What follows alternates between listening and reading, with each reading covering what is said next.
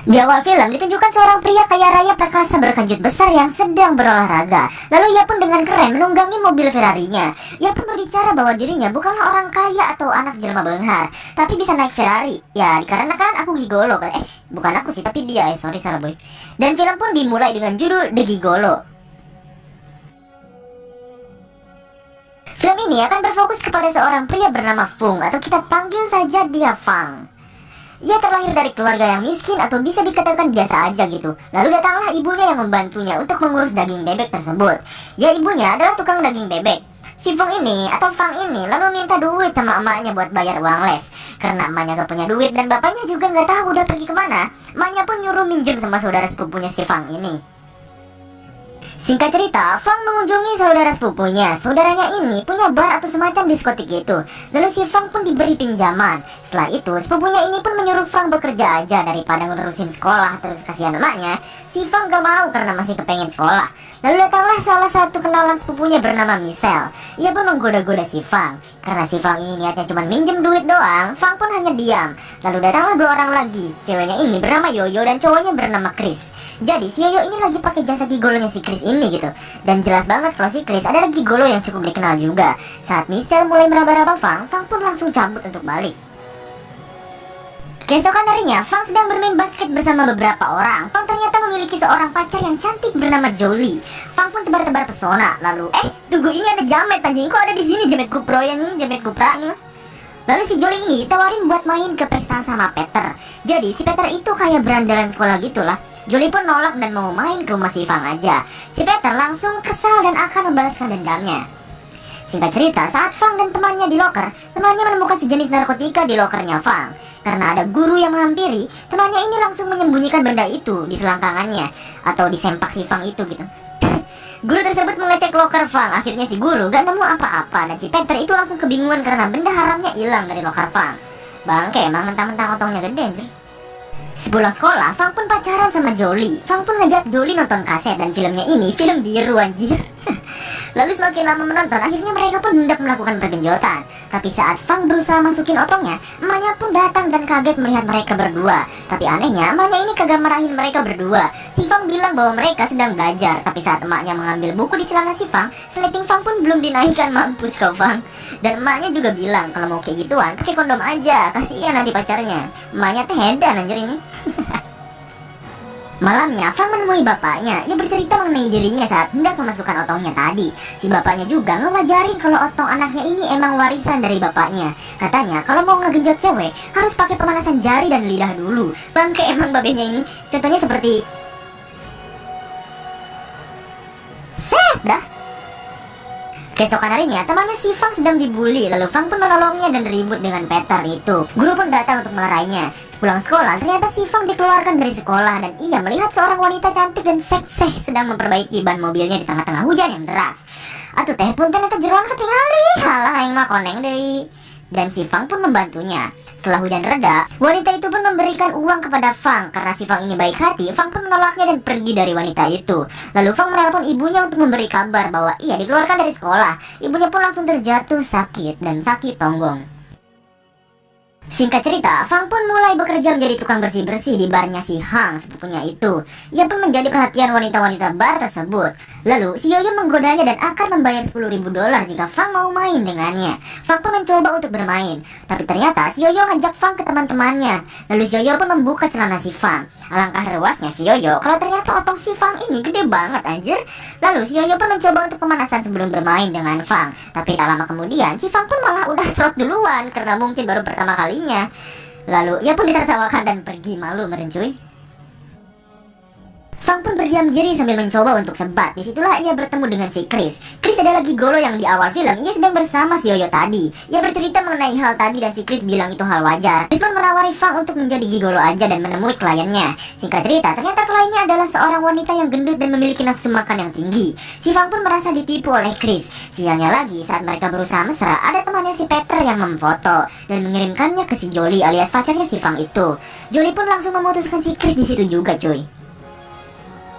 Singkat cerita lagi, Fang menemui bapaknya yang lagi ngamen. Dia bilang bahwa ibunya lagi sakit dan dirinya udah dikeluarkan dari sekolah.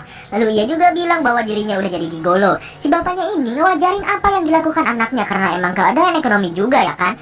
Lalu si bapaknya ini nyuruh si Fang untuk pergi menemui seorang bernama Abson. Abson adalah raja gigolo. Jadi si Fang disuruh buat menemuinya untuk belajar menjadi gigolo dan sekalian nagihin hutang 30 juta milik bapaknya tersebut.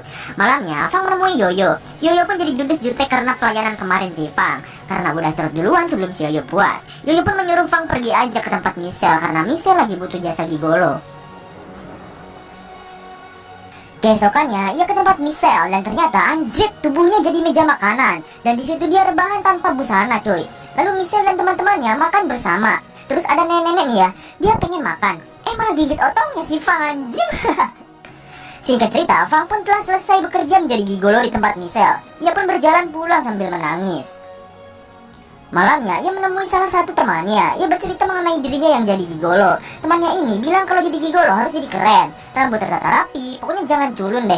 Lalu temannya ini juga merekomendasikan untuk pergi ke salonnya si Abson. Tak perlu lama-lama, Fang pun ke salon si Abson.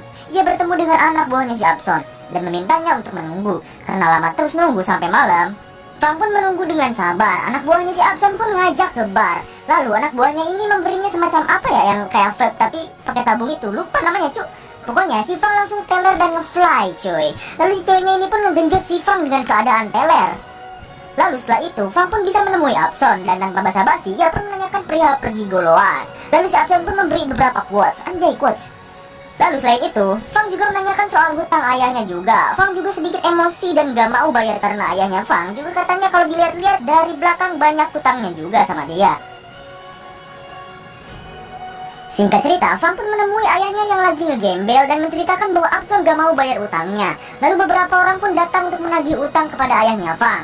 Karena gak punya duit, mereka pun ribut dan kejar-kejaran. Lalu ayahnya pun dibacokin sama mereka sampai modar dan tak sadarkan diri cuy.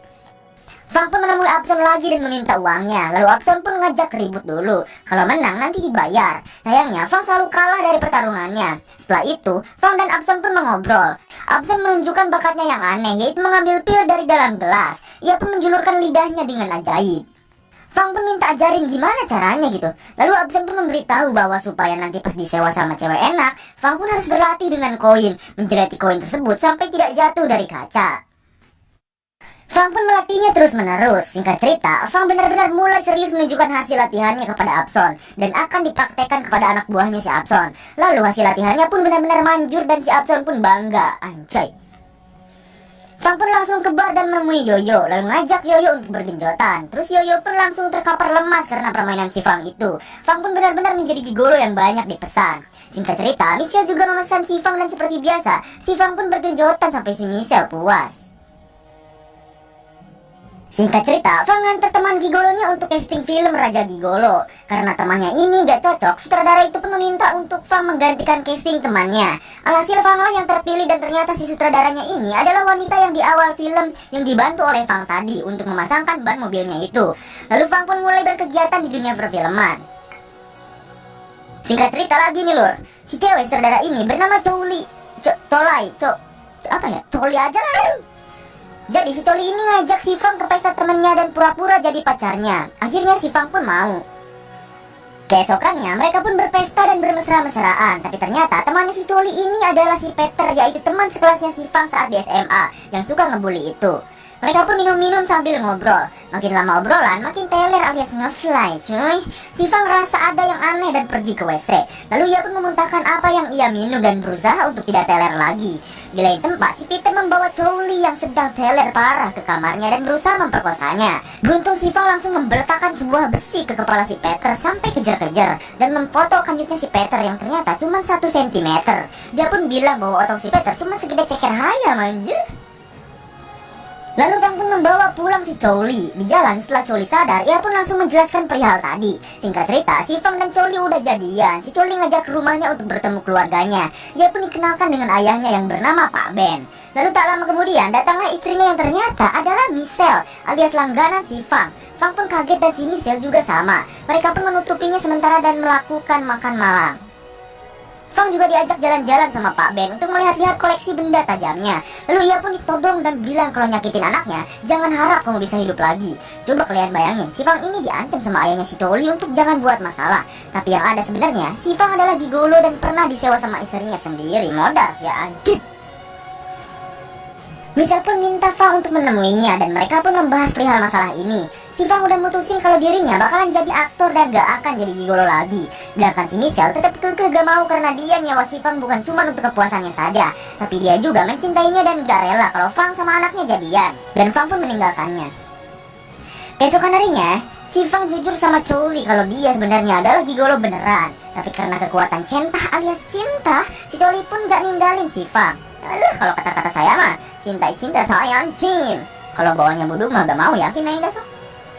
Singkat cerita, si Michelle lagi meratapi kesedihannya karena orang yang ia cintai malah serius sama anaknya. Oh iya, kalau kalian nanya kenapa si Michelle ini malah pengen sama si Fang, kan udah ada suami gitu kan. Kayak lagi, jawabannya adalah dia selingkuh cuy. Terus suaminya kasar dan yang terakhir, dia nggak benar-benar sayang sama suaminya. Lalu si Michelle pun teler dan tertidur dengan laptop yang menyala sambil muterin videonya sambil bergenjotan sama si Fang dulu. Saat tertidur pulas, Pak Ben pun suaminya datang dan melihat isi laptop itu. Saat jalan berdua, si Fang pun diculik oleh seseorang dan dibawa entah kemana. Sin pun berpindah ke rumah Pak Ben yang ternyata itu adalah perbuatan Pak Ben. Pak Ben pun marah-marah kepada si Michelle. Bahkan saking marahnya, ia menyuruh anak buahnya untuk meniduri istrinya sendiri. Saat Ben hendak membunuh Feng, Choli pun datang dan menahan ayahnya saat itu juga. Saat itu, Choli memohon untuk tidak membunuh Feng. Michelle pun datang menodongkan pistolnya dan tanpa basa-basi, ia pun menembak kepala Pak Ben sampai modar dan ngaliang di nakarang, cuy, alias mokad. Headshot kita kan. Choli pun kesal karena ayahnya meninggal dan langsung menghajar ibunya sendiri. Lalu Michelle pun menusuk perut anaknya sendiri dengan pisau. Dan si Fang pun bangun dan menodongkan pistolnya lalu menembaknya sampai mati. Sambil menangis, Fang pun membawa Choli untuk ke mana ya, nggak tahu, rumah sakit kali ya. Lalu scene pun diakhiri dengan si Fang dengan kekayaannya. Ternyata setelah Ben mati, ia pun mengambil alih semua harta Pak Ben dan tetap menjadi gigolo. Dan si Choli pun masih hidup. Lalu film pun selesai cuy. Gak tahu dah, mungkin si Choli jadi istrinya atau apalah, gak tahu.